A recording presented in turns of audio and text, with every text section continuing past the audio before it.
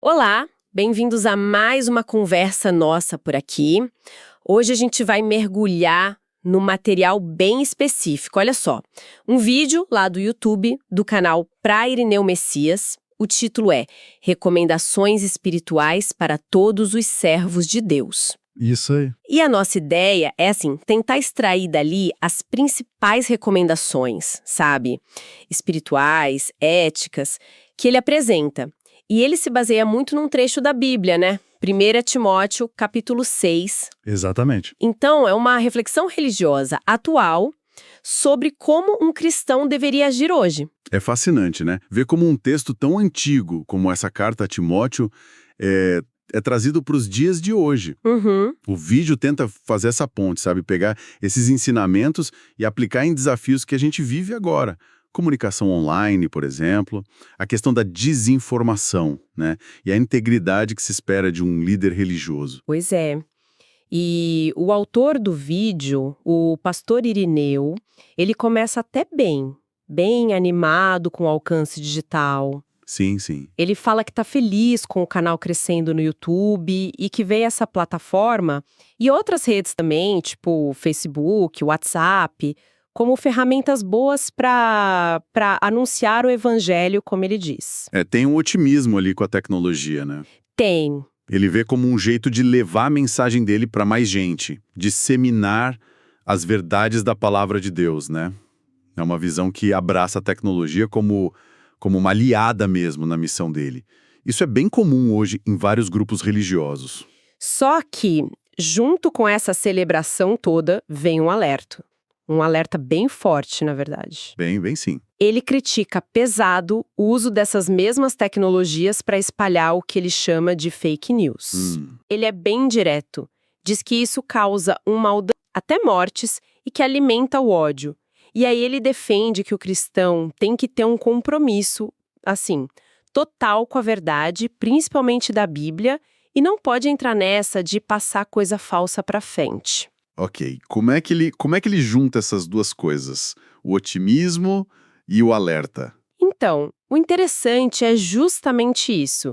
Ele encara essa dualidade da ferramenta digital de frente. Ah, sim. O material reconhece, sabe? A mesma tecnologia que pode unir, que pode construir algo bom, também pode ser usada para dividir, para destruir.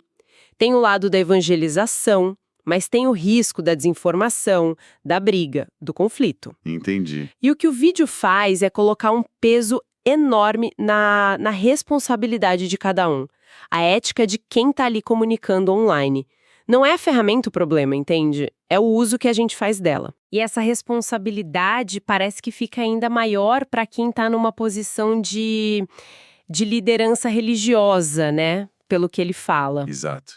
Ele sugere que guiar os outros exige um cuidado dobrado com a própria comunicação. Faz sentido. O argumento dele, no fundo, conecta a integridade da mensagem religiosa com a integridade do meio que você usa para comunicar e principalmente com a integridade de quem está falando, do mensageiro. Se o objetivo é espalhar verdades, então o jeito de fazer isso e a conduta de quem faz precisam estar alinhadas, né? O alerta contra as fake news vira quase um chamado ético mesmo, para comunicar de forma responsável.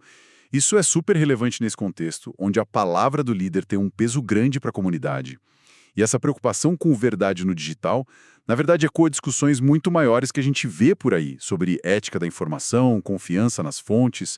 Vai além do religioso, né? Totalmente. E essa linha da conduta correta, do jeito certo de agir, leva a gente pro coração da mensagem dele, que é a parte sobre 1 Timóteo, capítulo 6. Isso. Ele foca nos versículos 11 a 14, ele até leu o trecho, né? Onde o apóstolo Paulo fala para o Timóteo que ele chama de homem de Deus para fugir destas coisas e, por outro lado, para buscar ativamente outras coisas. A justiça, a piedade, a fé, o amor, a constância, a mansidão, virtudes, né? E é super importante a gente entender o que são estas coisas que o Timóteo tinha que fugir. Sim, o que seria? O próprio vídeo explica, né? Contextualiza.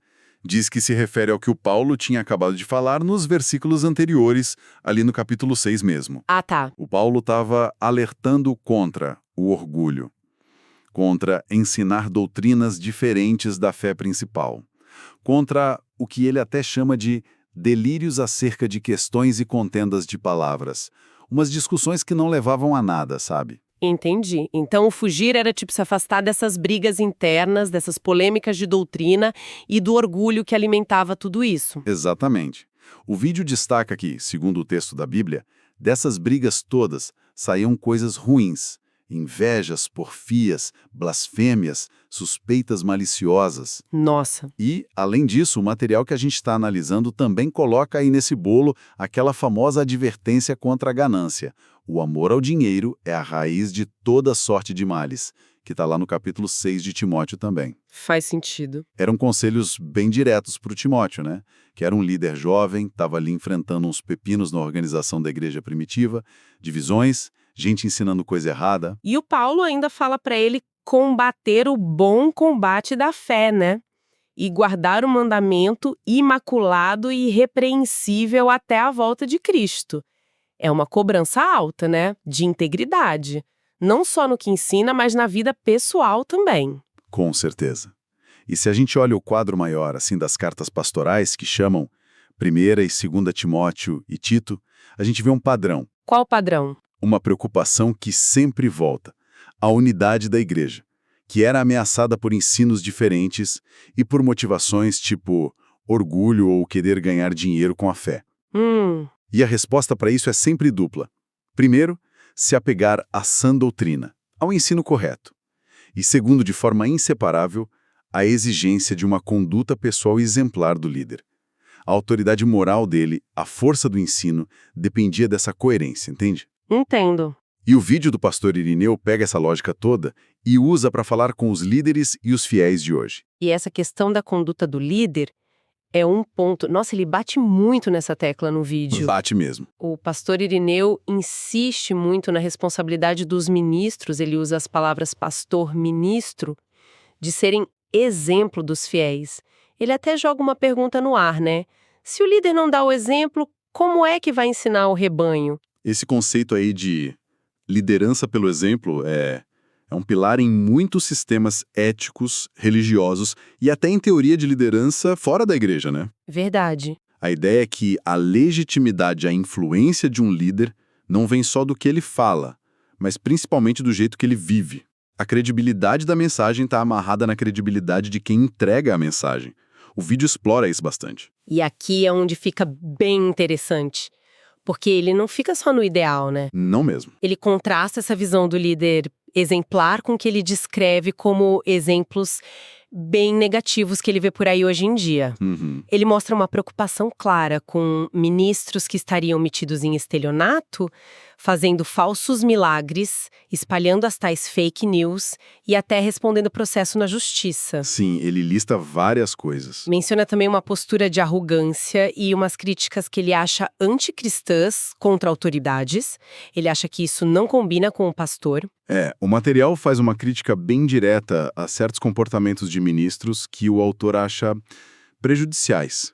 Não só para a pessoa envolvida, mas para a imagem da igreja evangélica como um todo. Pois é. Ele até usa um exemplo hipotético, mas que a gente sabe que é inspirado em casos reais que ficaram famosos, para mostrar como o escândalo gera desconfiança e afasta as pessoas. Qual o exemplo? Ele pergunta como alguém vai confiar numa igreja pensando, será que é igual àquela igreja lá que a esposa ou pastora matou o pastor? Nossa, isso mostra como ele percebe o impacto devastador que a falha ética de um líder pode ter na fé das pessoas e na imagem pública da instituição, né? Sim, é muito forte. Essa preocupação com a imagem pública, com a confiança, é um tema que sempre aparece quando se discute ética no ministério. E ele até se coloca nesse cenário todo, né? Ele se descreve como alguém que tenta agir diferente. Sim, ele faz isso. Que trata as pessoas com respeito, ao contrário de outros que para ele usam a internet para serem extremamente arrogantes ou mal educados.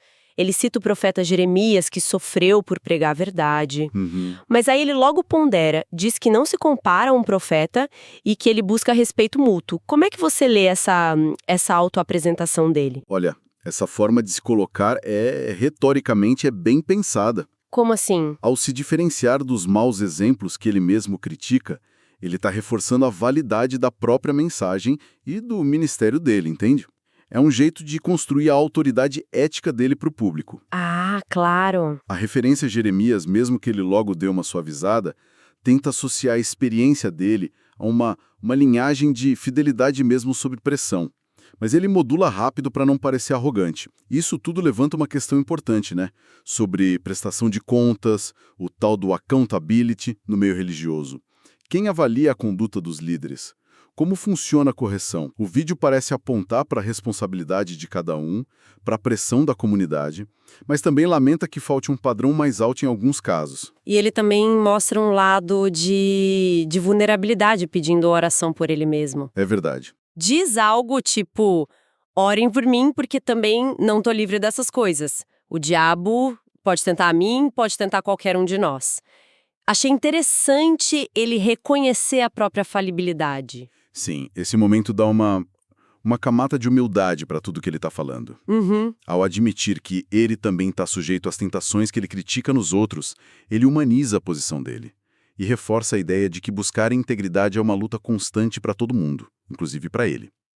E do ponto de vista da mensagem religiosa dele, isso também destaca a necessidade de depender de Deus, do apoio da comunidade, pela oração, para se manter firme.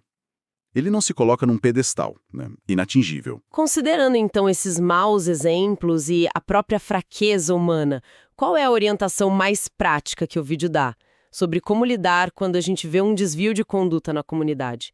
Ele fala que precisa reprovar, né? Correto. A instrução que está lá no material é essa: reprovar a má conduta. Mas tem um critério bem definido. Qual? Fazer isso sem usar palavras torpes.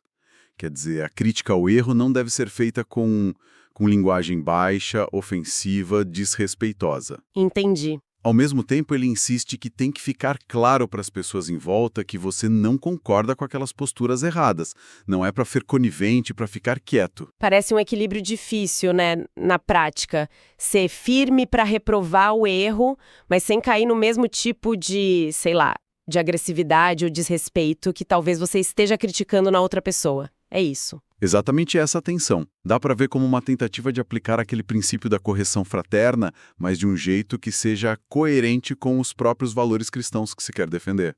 A ideia seria: condene o pecado, mas ame o pecador. Critique a ação errada, mas não destrua a pessoa com palavra dura. Manter a conduta cristã, como ele diz, até na hora de confrontar o erro. É um ideal desafiador, né? Sem dúvida. Equilibrar a clareza da sua convicção com a moderação ou com respeito na forma de falar. Principalmente em debate quente ou diante de falha grave. Então tá, o que tudo isso significa, afinal? Se a gente fosse, assim, destilar a essência dessa mensagem toda, o que a gente teria? Um chamado forte para a integridade, né? Tanto na doutrina quanto na vida pessoal, baseado lá em 1 Timóteo 6. Isso. Uma ênfase, nossa, enorme na importância do líder ser um bom exemplo. Fundamental para ele. Uma chamada à responsabilidade no uso da comunicação, né? Combatendo desinformação, usando as plataformas digitais com ética. Uhum. E um incentivo para cultivar virtudes como justiça, piedade, fé, amor, enquanto se evita ativamente as brigas, o orgulho e aquela busca louca por dinheiro. Seria isso. Ótima síntese. O material que a gente analisou mostra um esforço claro de traduzir esses ensinamentos bíblicos, que o autor vê como eternos, para os dilemas bem concretos do nosso tempo. Pois é. A ética na comunicação digital, a responsabilidade pela informação que a gente compartilha, essa questão das fake news é um exemplo gritante disso. Sim. Os desafios da liderança religiosa numa sociedade que é cheia de mídia secularizada. Tudo isso ele aborda usando a lente lá dos princípios de Timóteo. A proposta final é um caminho de coerência, sabe? Entre fé e prática, de bom exemplo, de moderação na palavra e de busca por um caráter aprovado, segundo os parâmetros que ele apresenta. É uma tentativa de responder à pergunta: como ser um servo de Deus íntegro no século XXI? Para a gente fechar a nossa conversa, então, fica uma provocação para pensar um pouco, inspirada nisso tudo que a gente discutiu a partir do vídeo lá do pastor Irineu Messias. A gente viu uma ênfase muito grande na integridade pessoal, no poder do exemplo, na comunicação responsável, tudo isso dentro de um contexto religioso. A questão que fica é, de que forma esses mesmos princípios, liderança ética que se baseia no exemplo, comunicação cuidadosa e responsável, busca por coerência entre o que se acredita e o que se faz, de que forma isso tudo poderia ser relevante ou aplicado em outras áreas da nossa vida. Da sociedade. Para muito além do campo específico da religião. Boa pergunta. Fica aí o pensamento para quem nos ouve.